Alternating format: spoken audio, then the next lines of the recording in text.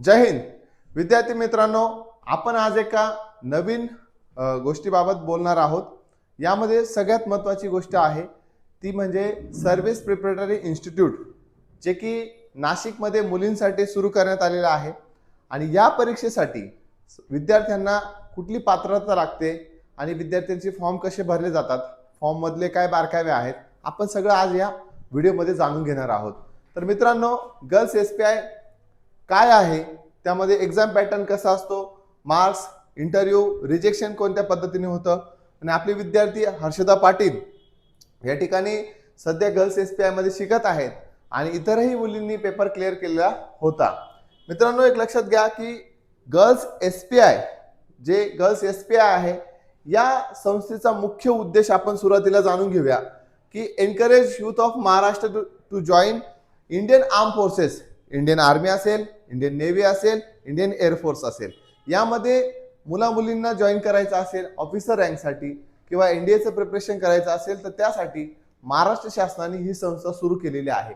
2023 मध्ये ही संस्था सुरू झालेली होती आणि त्यानंतर पहिली बॅच जी आहे जून 2023 मध्ये या ठिकाणी सुरू झालेली आहे. मंत्रालयाच्या डिपार्टमेंट डेस्क 28च्या अंतर्गत ही संस्था येते आणि या संस्थेमध्ये जे मेंटर्स असतात किंवा जे संस्था चालक असतात ते retire officer Indian arm forces मधून असतात. मित्रांनो, ही जी गोष्ट आहे ही खूप मोठी आहे की इंडियन आर्म फोर्सेसचे जे ऑफिसर आहेत त्या ठिकाणी तुम्हाला बघायला मिळतील.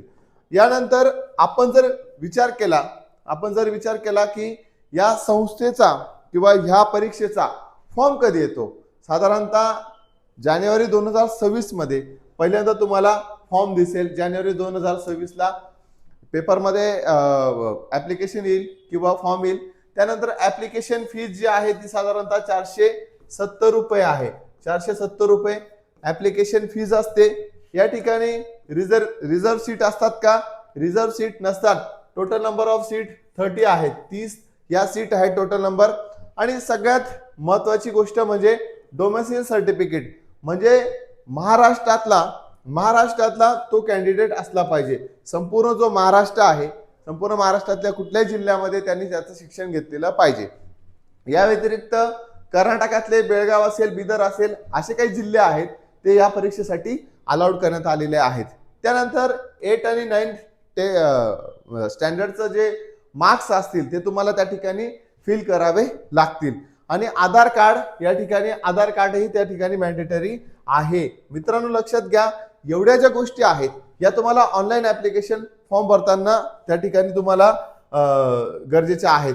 जर समजा कोणाला काही क्युरी असेल तर आमचा नंबर स्क्रीनवरती दिलेला आहे 7887883570. या नंबरवरती तुम्ही नक्कीच संपर्क साधू शकतात. आता आपण पुढची गोष्ट बघूयात.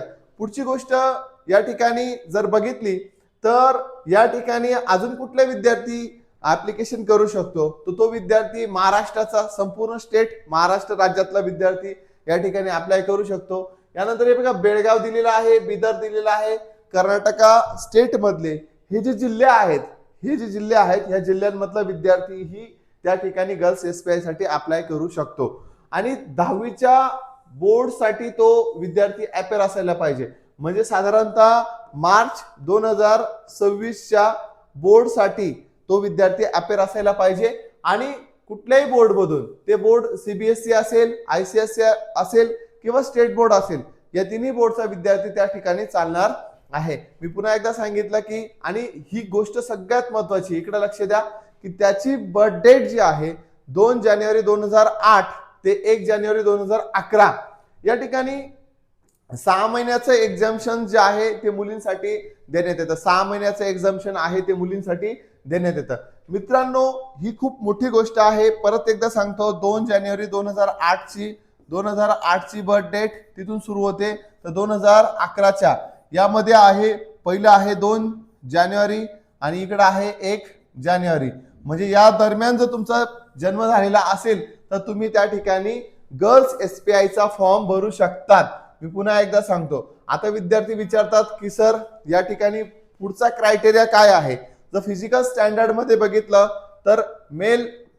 तर फिजिकल स्टँडर्ड मध्ये बघितलं तर या ठिकाणी फिमेल कॅन्डिडेटसाठी 152 सेंटीमीटर त्यांची हाईट लागते, 152 सेंटीमीटर, आणि वजन आहे ना 43 किलोग्रॅम्स, 43 किलोग्रॅम वेट लागतं.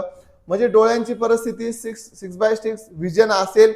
As per NDA national defence academy, naval अकॅडमीचे जे स्टँडर्ड आहेत त्या स्टँडर्ड नुसार त्या ठिकाणी तुमचं मेडिकल असायला पाहिजे. कलर ब्लाइंडनेस, आता सगळ्यात महत्वाची गोष्ट कलर ब्लाइंडनेस. कलर ब्लाइंडनेस म्हणजे कलर डिफरन्शिएशन समजतच नाही, तर कलर ब्लाइंडनेस या ठिकाणी रिजेक्शन होऊ शकतं, म्हणून होण्याचे 100% चान्स आहेत, होण्याचे 100% चान्स आहेत. नाईट ब्लाइंडनेस, नाईट ब्लाइंडनेस म्हणजे काय, रात्रीच्या वेळेस विद्यार्थ्यांना दिसत नाही, तर तेही तुमचं रिजेक्शनचं कॉज असू शकतं. नंतर फ्लॅट फीट म्हणजे पायाचे तळवे पूर्णपणे तुमचे प्लेन आहेत, तर त्या ठिकाणी तुमचं रिजेक्शनचं कॉज आहे. त्याच्यानंतर पाईल्स असेल तर, आणि स्वेटी हँड्स, हातांना खूप जास्त घाम येत असेल, HIV किंवा अदर डिसीजेस जर समजा असतील तर त्या ठिकाणी रिजेक्शनचे फुल चान्सेस आहेत किंवा रिजेक्शन तुमचं होणारच आहे. त्यामुळे एक लक्षात घ्या, ज्या विद्यार्थ्यांना हा फॉर्म भरायचा असेल आणि ज्यांच्या मनामध्ये डाऊट असेल की माझं मेडिकल फिट बसतंय का, की मला मेडिकलमध्ये कुठलाही डाऊट आहे, तर मी परत एकदा सांगतो की समजा माझा नंबर तुम्ही ठेवू शकता 788-788-3570 हा नंबर आहे. हा नंबर तुम्ही नोट डाऊन करून घ्या, कधीही कॉल करा, मी तुम्हाला त्या ठिकाणी संपूर्ण माहिती देईल. ठीक आहे मित्रांनो. त्यानंतर रिटर्न एक्झाम होते. रिटर्न एक्झाम झाल्यानंतर इंटरव्ह्यू असतो. इंटरव्ह्यू नंतर त्यानंतर पुढचा फिजिकल आणि मेडिकल क्रायटेरिया आहे. मित्रांनो यामध्ये आपण बघून घेऊया की जे आपला सिलेबस आहे, सिलेबस मध्ये इंग्लिश ग्रामर मध्ये पूर्णपणे इंग्लिश ग्रामर, कॉम्प्रिहेन्शन, एरर, त्यानंतर सिनोनिम्स अँटोनिम्स, त्यानंतर जनरल सायन्स तुमचं 8, 9 आणि 10चं. त्यानंतर 8, 9, 10 मध्ये परत स्टेट बोर्डचं आणि सीबीएसई बोर्डचं त्या ठिकाणी स्टेट बोर्ड, सीबीएसई बोर्ड और आयसीएसई बोर्डचं त्या ठिकाणी विचारलं जातं. सोशल स्टडीज मध्ये परत आपण नॉर्मल सब्जेक्ट बघितले, तर त्यामध्ये हिस्ट्री, जिओग्राफी, पॉलिटी, इकॉनॉमी ह्यासारखे सब्जेक्ट मधलं जे बेसिक नॉलेज आहे त्या ठिकाणी ते विचारलं जाईल. जनरल नॉलेज मध्ये परत तुम्हाला जनरल अवेअरनेस काय असेल, किंवा डिफेन्स प्रोक्युरमेंट कुठे आहे, किंवा आपले वेपन सिस्टीम असतील, किंवा आपले हेडक्वार्टर्स कुठे आहेत याबद्दलचे क्वेश्चन विचारले जातात. करंट अफेअर्सचे 1 ते 2 क्वेश्चन विचारले जातील आणि लॉजिकल रिझनिंगचे काही क्वेश्चन विचारले जातील. लॉजिकल रिझनिंग असेल, हा पूर्ण जो सिलेबस आहे हा साधारणतः 75 क्वेश्चन त्या ठिकाणी येतात. किती? 75 क्वेश्चन्स त्या ठिकाणी येतात. पुढे मी सांगतो तुम्हाला क्वेश्चन कसे येतात किंवा क्वेश्चनचा पॅटर्न कसा असतो. त्यानंतर पूर्ण जो सिलेबस या ठिकाणी देण्यात आलेला आहे हे बघू शकता तुम्ही. सगळ्यात महत्वाची गोष्ट म्हणजे मॅथमॅटिक्स मध्ये अल्जेब्राचा topic, arithmetic progression, geometric progression, quadratic equation, basic quadratic equation जे तुमचे आहेत 9th आणि 10th सिलेबस मध्ये ते तुम्हाला विचारले जाईल. प्रोबॅबिलिटी वरती क्वेश्चन विचारला जातो, लिनियर इक्वेशन इंटू व्हेरिएबल्स, त्यानंतर स्टॅटिस्टिक्स, जिओमेट्री, सिमिलॅरिटी, सर्कल वरती क्वेश्चन, जिओमेट्रिक कन्स्ट्रक्शन्स, आणि सगळ्यात मुलांना हार्ड जाणारा टॉपिक म्हणजे ट्रिग्नोमेट्री वरती काही क्वेश्चन विचारले जातात. हा क्वेश्चन NDA किंवा NA लेवलची जी एक्झाम असते त्यावेळी डिफिकल्टी लेवलचे नसतात, परंतु क्वेश्चन त्या ठिकाणी विचारले जातात. मॅथमॅटिक्स बद्दल पुन्हा एकदा नवीन PDF मध्ये आपण येऊया, त्यामध्ये बघूया की मॅथमॅटिक्स मध्ये नेमके एक्झॅक्टली क्वेश्चन कोणते विचारले जातात. मित्रांनो त्यानंतर जर आपण बघितलं की यामध्ये समजा विद्यार्थी ही जी पेपर समजा क्वालिफाय झाला, candidates who qualify in the written test will be interview by the interviewing board और सिलेक्शन कमिटी. त्या ठिकाणी तुम्हाला बोलवलं जाईल छत्रपती संभाजीनगरला किंवा पुण्याला, किंवा त्या ठिकाणी पुणे किंवा छत्रपती संभाजीनगर, त्या ठिकाणी इंटरव्ह्यू तुमची पुणे किंवा छत्रपती संभाजीनगर या ठिकाणी इंटरव्ह्यू होत असते. आणि इंटरव्ह्यू जी आहे ती पूर्णपणे इंग्लिश मध्ये कंडक्ट केली जाते. आणि कम्युनिकेशन जे आहे, इंग्लिश कम्युनिकेशन एकदम सिंपल ठेवलं जातं. आणि knowledge about the current affairs म्हणजे रिसेंट समजा एखादा डिफेन्स मधलं काही असेल, किंवा नॅशनल न्यूज असतील, किंवा इंटरनॅशनल न्यूज असतील, त्याबद्दलचे क्वेश्चन तुम्हाला विचारू शकतात. आणि या ठिकाणी एक लक्षात घ्या की 7th, 8th आणि 9th स्टँडर्डचे जे रिझल्ट आहेत, जर 10th चा रिझल्ट आला असेल तर 10th चा, पण 10th चा रिझल्ट तोपर्यंत येत नाही शक्यतो. 7th आणि 8th 9th चा जो रिझल्ट असेल ना या ठिकाणी रिझल्ट तुम्हाला लागणार आहे फायनल इंटरव्ह्यूच्या दिवशी आणि नंतर फायनल मेरिट लिस्ट जी आहे ती वेबसाईट वरती येऊन जाते. मित्रांनो लक्षात घ्या संपूर्ण ज्या जागा आहेत त्या संपूर्ण जागा ज्या आहेत त्या या ठिकाणी 30 जागा मुलींसाठी आहेत. यामध्ये कुठल्याही प्रकारचं रिझर्वेशन नसतं.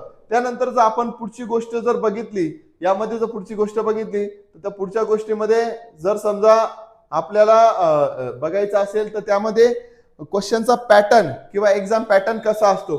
ते एक्झाम पॅटर्न मध्ये 150 क्वेश्चन असतात टोटली.